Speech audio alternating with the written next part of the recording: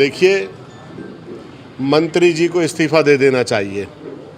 इसलिए दे देना चाहिए कि ये मैं पहली बार किसी भी एडमिनिस्ट्रेटिव अप्रोच में देख रहा हूँ कि मंत्रिमंडल में एक मंत्री मुख्यमंत्री से अपने ज़िले की समस्या हल नहीं होने के बारे में चिट्ठी लिख रहा है।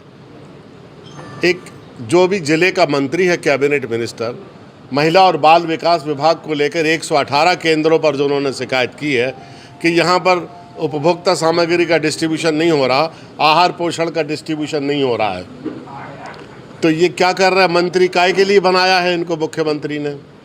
सोते रहने के लिए बनाया है क्या? कि सोते रहें, रेत का पैसा लेके चले जाएं, सब जगह नोट गिनने की मशीन रख लें, इसके लिए मंत्रिमंडल के ये सदस्य हैं क्या? मैं इन पर आरोप लगाता हूं कि मध्य प्रदेश में जो व्यापम घोटाला है, इससे बड़ा जो आहार पोषण का घोटाला हुआ है, उसमें पन्ना जिला नंबर 1 पर है। इसलिए है कि इन्होंने जो अनाज का आहरण किया है संस्थाओं के अंतर्गत, आप बताइए किसी भी स्कूल में इन्होंने 365 दिन के अनाज का आहरण किया है, उसमें छुट्टी के दिन भी हैं, और 365 दिन का आहरण किया है और 100% बच्चे उपस्थित हैं, इसका आहरण किया है। अब मुझे बताइए, किसी भी संस्था में कभी हर रोज़ 365 दिन 100 बच्चे हैं तो 100% प्रेजेंस होती है क्या? हमेशा जो प्राथमिक शालाएं हैं, माध्यमिक शालाएं हैं, जहां आहार पोषण जाता है, वहां पर 50% से ज़्यादा बच्चे नहीं आते हैं, लेकिन जो अनाज का आहरण हुआ है संस्थाओं को, वो 100% हुआ है। तो 50% बच्चे नहीं आते हैं, वो अनाज जो इन्होंने ले लिया है वो कहाँ गया? देना जवाब दे, वो कहाँ गया? सीओ नकार रहा है कि यहाँ पर ऐसा कुछ नहीं हुआ, मंत्री जी के खिलाफ गए हैं। सीओ जो है ना, वो मंत्री जी का टॉयलेट साफ करता है, मुझे जानकारी है। पन्ना कलेक्टर ने चुनाव संपन्न कराए हैं, उसके बारे में क्या कहेंगे? हाई कोर्ट ने कहा है कि ये कलेक्टर बनाने के लायक नहीं है।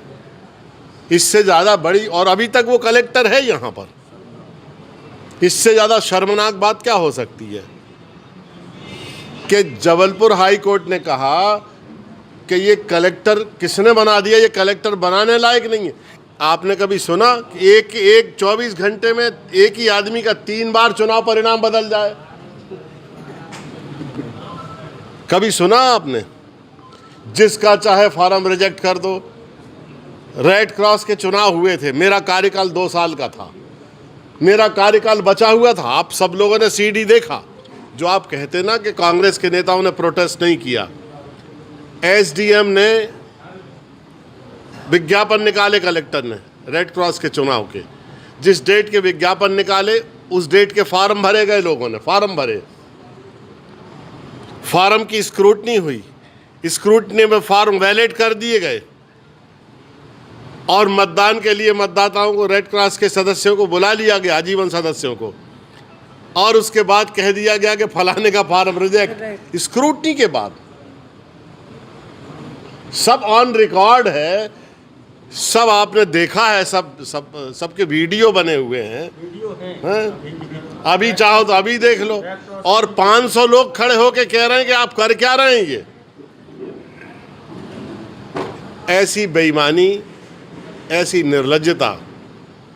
और अगर कांग्रेस की सरकार आई तो वर्तमान कलेक्टर जो है ना, इसके एक एक निर्णय की, एक एक कार्य की गहन समीक्षा होगी, और उन पूरे कार्यों की संक्षेपिका बन के मंत्रिमंडल में जाएगी, और फिर मंत्रिमंडल डिसाइड करेगा कि इनका भविष्य क्या हो इस कलेक्टर का। अच्छा, 2023 के चुनाव हैं, आपके चुनाव लड़ने की पन्ना विधानसभा से चर्चाएं गर्म हैं, क्या कहेंगे? अगर यहाँ से लड़ने की चर्चाएं हैं तो इससे अच्छी बात और क्या हो सकती है?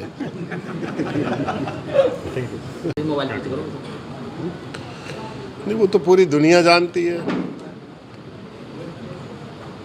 पूरी दुनिया जानती है कि जिला पंचायत के चुनाव में उन्होंने क्या किया। कौन ने?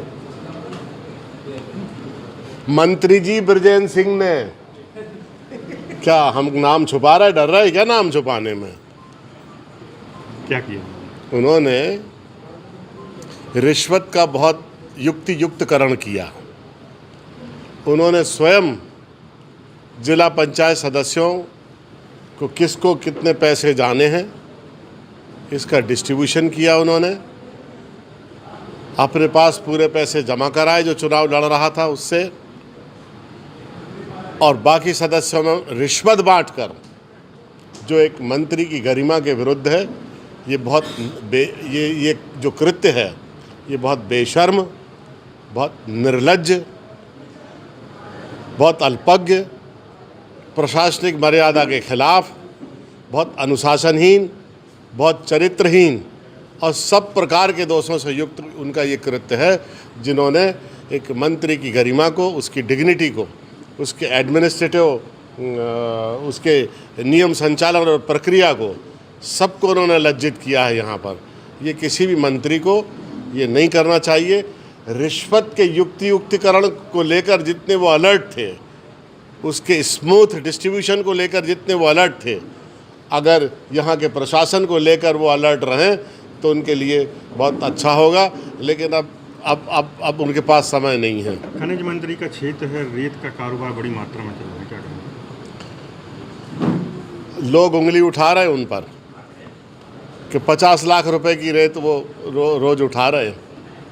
आज रमन्ना कितने के बेचे जा रहे हैं पन्ना जिले में, पता लगाइए ज़रा। 2000 रुपये का एक रमन्ना बेच रहे लोग हैं। 5000 रमन्ना रोज बेचे जा रहे हैं कि यहाँ पर ये क्या चल रहा है भाई साहब। यहाँ के खनिज संपदा जो है उसका दोहन वो आदिवासी भी नहीं कर पा रहे जिनकी ज़मीन पर वो खनिज संपदा है। मंत्री जी ने स्वयं कलदा और ब्रजेंद्र सिंह मंत्री जी ने स्वयं कलदा और श्यामगिरी में जो आदिवासी हैं उनकी निजी ज़मीन पर उनसे शपथ पत्र लिए, सहमति पत्र लिए कि हम ये कॉमर्शियल यूज़ के लिए ये ज़मीन उनसे ले रहे हैं, और उनकी ज़मीनें ले ली और पूरा उत्खनन कर रहे हैं, दोहन कर रहे हैं, पूरे पहाड़ को खोद। हर किसान का सच्चा साथी सोनालिका ट्रैक्टर, अधिकृत विक्रेता Sakshi tractors and motors, proprietor Virendra Poonam Patel. हमारा पता है कृषि उपज मंडी के आगे खुरई रोड, सागर, मध्य प्रदेश।